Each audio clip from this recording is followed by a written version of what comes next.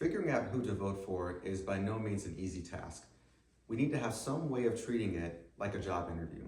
At least that's our approach at the Muslim American Public Affairs Council. We all have leanings, we all have things that we care about, but do the candidates actually care about us? Are the candidates actually qualified for the jobs that they're applying for? We have 7 criteria that we use when it comes to determining the best candidates for the Muslim community. The first one is engagement with the Muslim community. Our vote is important. There's a lot of talk about throwing our votes away. But if you ask us, there's nothing more sad about throwing your vote away than giving it to someone who doesn't want it in the first place. The people who want to represent us need to engage with us. They don't always agree with us. We've had many situations at our masajid throughout our candidate forums this election season when candidates who believe vastly different views came and still spoke with members of our community. And that being said, despite our disagreements, we can still at least respect their efforts to make it a point to show that they care about our vote in the first place. Qualifications and capabilities. We all know certain elected officials who maybe have no or little to no experience in public office, but they assume the ranks to the highest level of government. But we believe this is actually something that is important. Maybe it's not the only factor that we should consider, but it's certainly something that we should take into consideration when it comes to who we decide to vote for. Commitment to civil liberties. We have all bore the brunt at some point in time to injustices, be it within the United States or outside the United States. Our community of Muslims is extremely diverse, but one thing that we can all share is a common oppression that many of us have experienced throughout our history, be it in this country or elsewhere. That being said, commitment to civil liberties is something very important to us as a Muslim community overall, and is something that our candidates should embody when it comes to seeking our vote. Integrity and ethics. Very important criteria that we also have to consider. There are some people who take the viewpoint that it doesn't matter the integrity or ethics of a candidate. This is a candidate that simply has a job to do, no matter what their character is like. But this is the Muslim American Public Affairs Council. We don't have the luxury as believers to simply say that we should not care about the actions that are unethical of the people that we elect into office. This is something that we should care about and should consider, and not simply ignore or dismiss regardless of how good a person's platform might be. Policy positions, platform, and vision. This is a tough one. Our community, as we mentioned, is very diverse. We have a lot of different interests, a lot of different backgrounds, and we have this election season tried our best to obtain data regarding what actual Muslims believe, what their policy positions are. We're not going to be fully unanimous on everything, but that being said, we have to look at the majority of what we believe as Muslims, based on our faith, based on our origins, our background, whatever it may be, and then compare that to what the candidate's platform is, and also their visions of how they want the country to look in the future. Performance record. Now, we mentioned before about qualifications of people, and there are some newcomers to the political field. Perhaps they don't have experience when it comes to the political system or being an elected official. But for those who do, we need to make it a point to hold them accountable.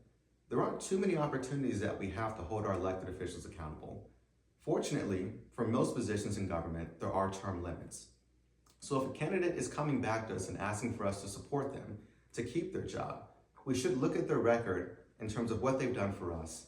Have they failed? Have they done good? And do our very best to assess what were the things that were stopping them from fulfilling their promises to us in the first place. And if they have promises going forward, what is the likelihood of them actually fulfilling their promises to us? And the last thing is stance on foreign policy. Yes, this is a very diverse ummah, and there are many Muslims like myself who can trace their ancestry back to this country for generations. But there are many who are here as a result of voluntary immigration. There are still connections to people outside this country.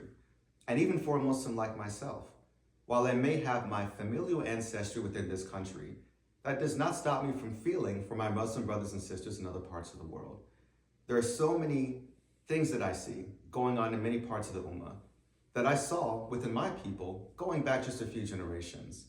So it's something that we simply cannot ignore what is happening on a foreign policy level. Now, of course, foreign policy is not going to be an issue that's important on the local level as it is on the national level.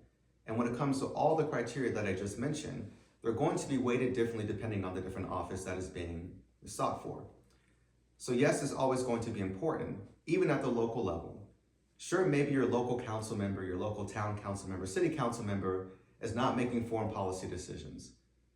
But ask yourself this though, If a person, even on the local level, is totally indifferent to the suffering of a Muslim abroad, what makes you think they won't be indifferent to the suffering of a Muslim within their own country? So these are the criteria that we utilize when it comes to evaluating the potential candidates for office. So how do we actually engage with them? We are very much unaffiliated as a community. Our polling suggests that yes, we have maybe Democratic leanings, but especially in North Carolina, when someone can be a registered unaffiliated and vote for any primary race, we do tend to take advantage of that. So every party is up for grabs, every party is being considered. We should never have any allegiance to one party versus another party. We should always evaluate each candidate for their views, regardless of their party affiliation. So we have made great efforts to engage with people of all different political parties. And what we've seen is a mixed review when it comes to how they've engaged with us. I can say from personal experience, when it comes to our candidate forums, we invite candidates to come. We've had some politicians from some parties take this very seriously, and others not. So this is definitely a problem that we see across party lines. But that makes it even more clear to us that it's not something that we should simply look at as a party issue.